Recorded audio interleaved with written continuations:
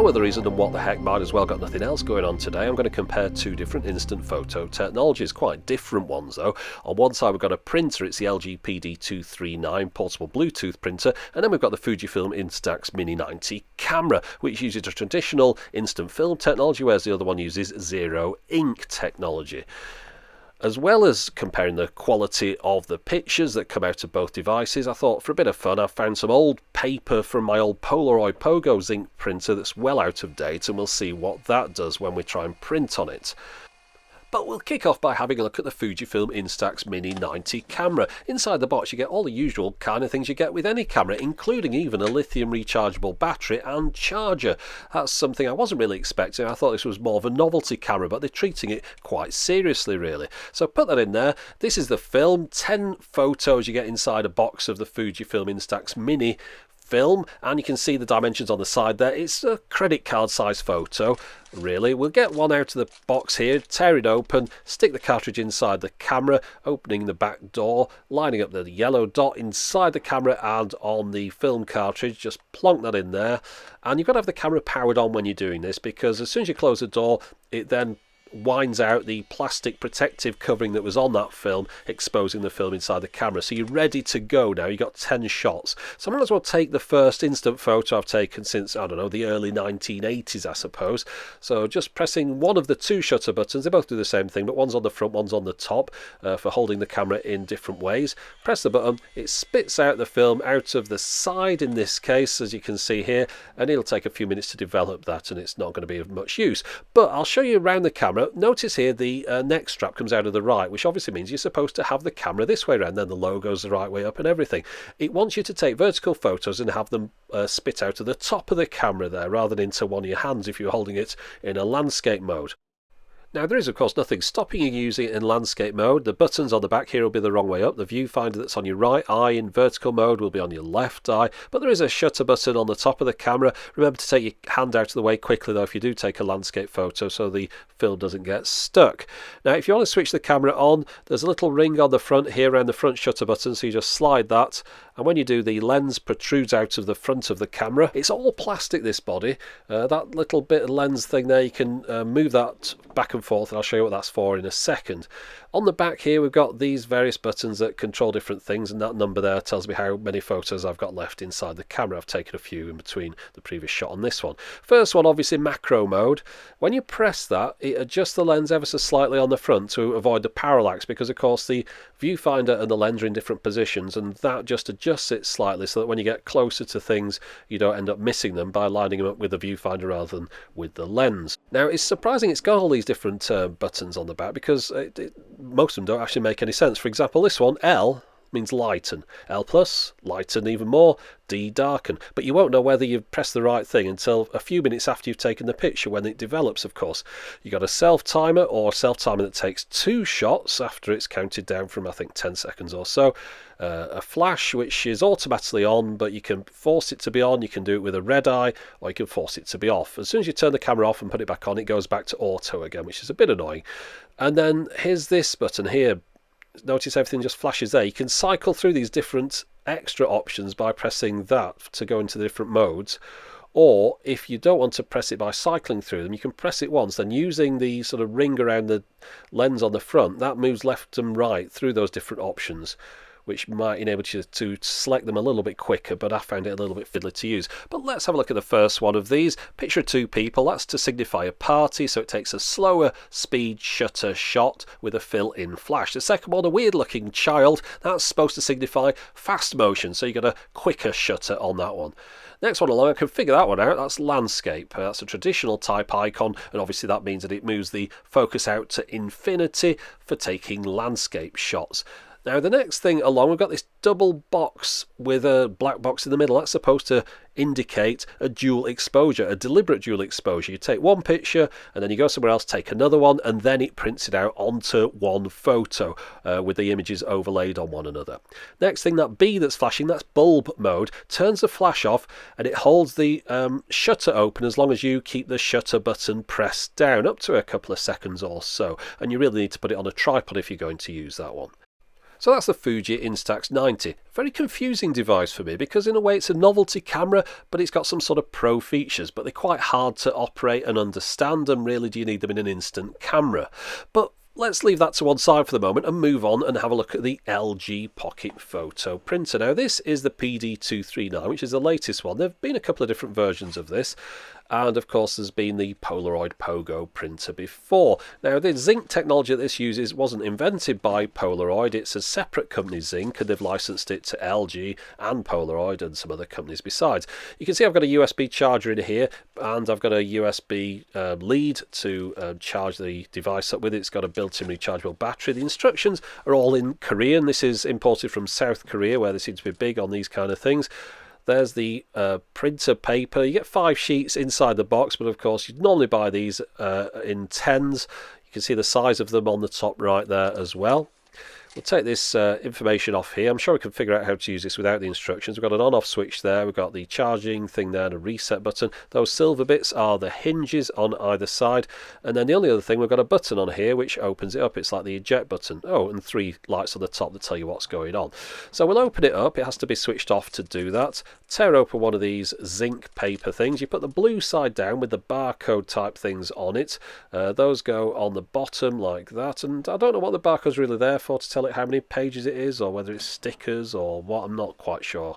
But anyway, you put it in there and switch it on, and not an awful lot happens other than a flashing light on the front there to say the power's on. It's a Bluetooth device this. Now there are apps for Android and iOS and even Windows Phone. So I'm going to connect up to it first of all, connect up to the Bluetooth.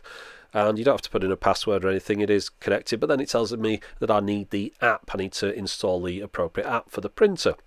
So I'll do that, go on the App Store, download the LG Pocket Photo app, pick a photo that's already in my collection here, or I could have taken one within the app if I wanted to, click print, and it's as simple as that. It's printing off. So I didn't need to read those instructions at all. It's pretty obvious how this thing operates. Now the first thing it does when you've got a new set of paper in, it chucks out that piece of blue protective card, which I believe also cleans the print heads. But I say print heads, there's no ink in here. It's just making heat, which is going onto the special zinc paper and producing the image. You can see it moves out of the printer pretty quickly there, and I believe this current LG printer's got a higher resolution than the previous models in the range. It looks pretty nice. So let's have a shootout. I'm going to take a picture first with my iPhone 6 Plus of this Luigi figurine, then print that out from the LG printer, and I'm also going to take a photo with the Fujifilm camera. Now bearing in mind I'm taking both of these vertical because that's the orientation favoured by the Fuji camera. I wouldn't normally be taking vertical pictures. I've also set the Fuji camera into the macro mode, so hopefully it's going to take a decent picture. I tried one before without macro, it looked terrible, and also I tried one with flash which looked terrible, so I've turned the flash off as well. So this is the one that I'm going to stick with, but you see I've already taken 3 pictures to get to this level of quality, and it doesn't look anything as good as the Zink picture. This is the Zink picture here. You can see it's pretty nice and sharp actually. That, I mean, it's only a small little picture, but when you compare it to this, the focus just isn't there. I think the macro, it was just too close even at that distance, and it's sort of bleached out a lot of the detail in the picture. When you compare them side by side, you can definitely see that the Zink produces a better quality image than the Fuji. Now I've scanned those photos and some others into the computer so you can get a better idea about the difference in quality and colours between the two. So let's have a look at some others. Now this was a nice bright sunny day. The colours on the left are a lot more accurate than the ones on the right, and also notice the picture size difference as well between the two cameras. Again, a much better darker image on the left. The colours on that tree are completely different to what I saw at the time.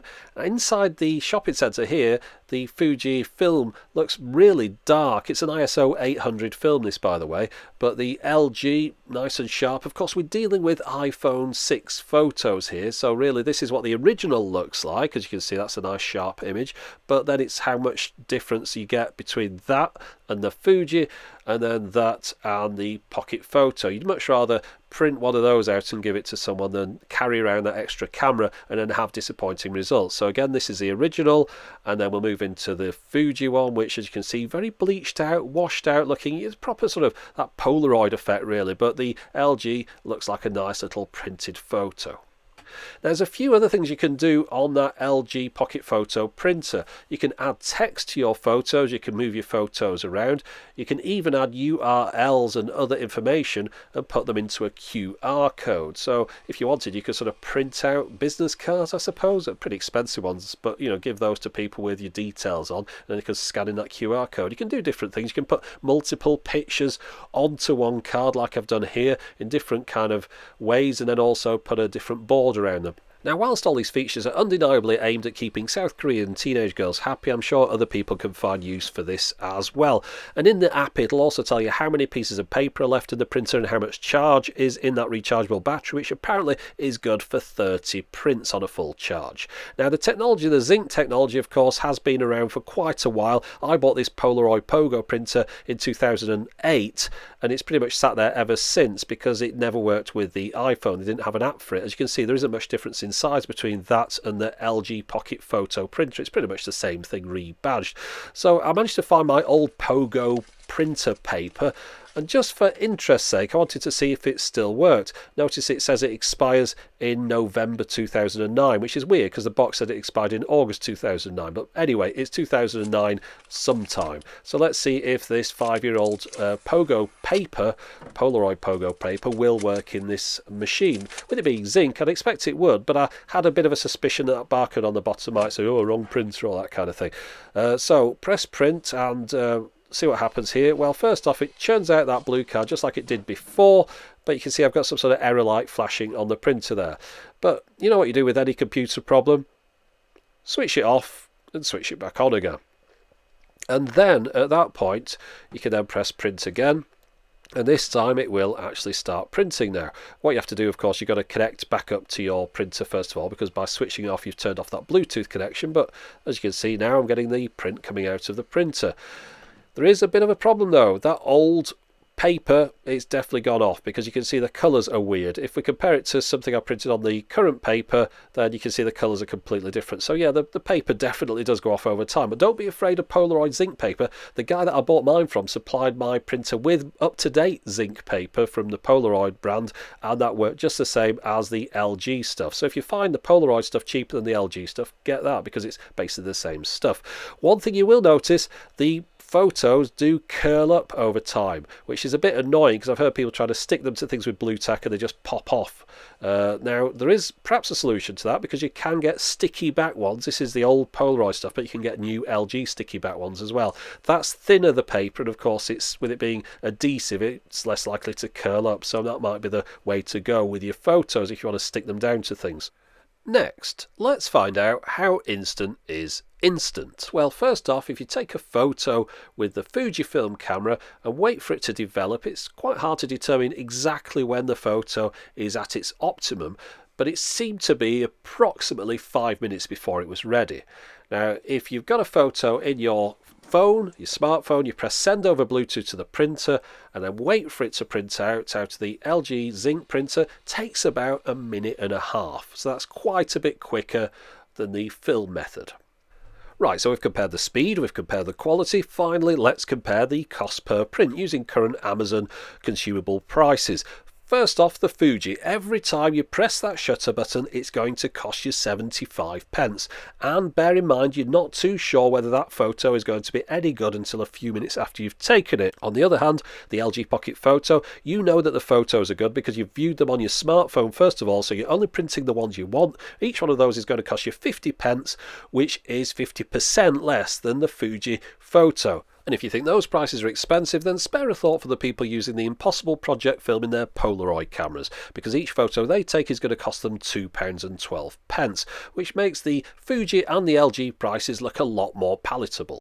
Now, the real reason I started making this video was because I wanted to try out the Instax Mini 90 camera. It looked like it would be a lot of fun, but in the end didn't have that much fun at all because the image quality just wasn't good enough. Now, I'm always carrying around a smartphone in my pocket and that's got a decent camera on it, so it doesn't make much sense to carry around a big, bulky extra camera for instant prints when I can take decent photos with my phone and then print out the best of those on my pocket printer. Now, these are only a couple of the options available to you. there are other instant photography solutions. For example, you can get a camera or cameras from Polaroid that have built-in zinc printers. Now, I would have got one of those, but the reviews seemed very mixed on them indeed. But at least in this video, you've been able to see the quality difference between zinc and instant photos. So my preference is to go for the smartphone combined with the zinc printer. One thing I will say about that printer, it's pretty plasticky, so to prevent it getting broken, buy a case for it. You might find a bundle that comes with one of these cases which gives you access to the ports, the switches, the indicator lights, as well as print out whilst the printer is within its protective case. That's a nice idea. Now, when I bought my printer, it was a pretty good deal on eBay. It came with some extra paper and cost under £100. The camera as well, I got it with 100 photos. So you can get some pretty decent deals if you shop around, but that's my suggestion. Shop around, look for bundles. I've got some links in the video description through to eBay for both of these devices. But that's it for the moment. As always, thanks for watching.